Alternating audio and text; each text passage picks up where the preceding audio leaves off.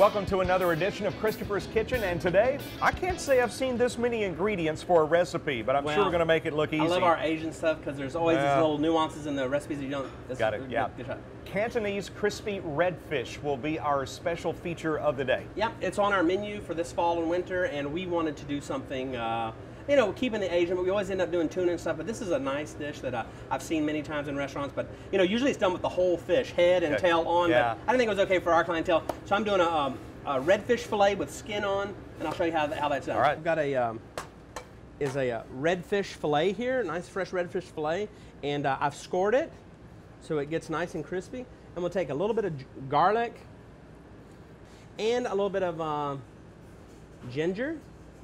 Just rub that in those cracks as good as we can there. Okay, and I'm just going to let that sit and almost marinate. 30 minutes, 40 minutes is just fine at home. We're going to do a little stir fry action over here. So I'm going to start with just a little bit of olive oil. And do some ginger. I'm going to add a little garlic, a little green onion. About 1/4 cup of everything there. Going to add a little soy sauce, rice vinegar, got a little water, a little white wine, some sugar, and we got some hot chili paste here called sriracha, and a little bit of sesame oil. Going to bring that to a boil.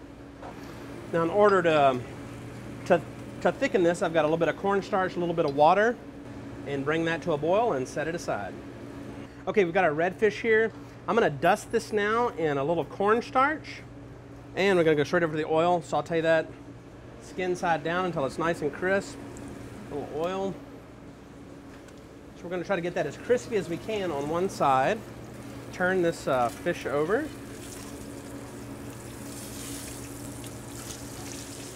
Okay, got a little color, nice and crispy. Now, this is a fairly thin piece of fish, so we're hoping about 2.5 to 3 minutes per side. It's okay to finish this in the oven if you'd like to make sure it's fully cooked. As you do a few of these, you'll get better at them. Just gonna take it out of that fat, let it drain off on a little paper towel. So for our presentation here, I've got a little scallion rice cake. We're gonna put that fish just like that. And we're gonna take our sauce that we made earlier, put a little bit on the fish like this. Let some run down the side of the bowl here. And then for garnish, we've got a little green onion flowers. One of the most important parts about this dish is a nice big ploosh of cilantro.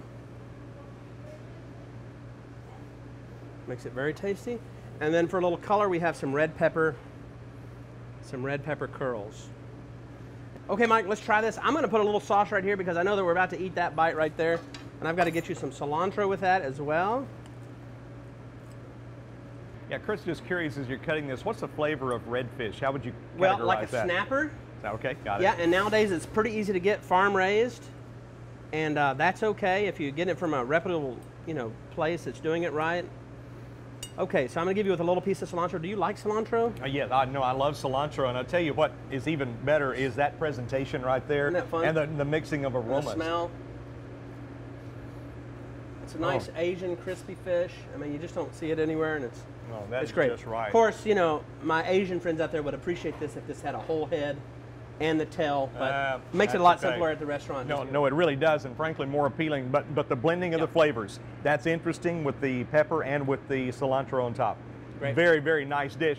You can do this at home. Now granted, there are a lot of ingredients to it, but take my word for it, it is well worth the time. It is a Cantonese crispy redfish. If you'd like to try it at home, you can do that. Just go to kbtx.com, pull down the little drop-down menu for Christopher's Kitchen. That's where you'll find all of the great recipes right here. That may be one of your all-time favorites right there. Yeah, no, it's well done. All right, thank you for making us time in your day for us today. And for Christopher's World Grill, Christopher's Kitchen, I'm Mike Wright.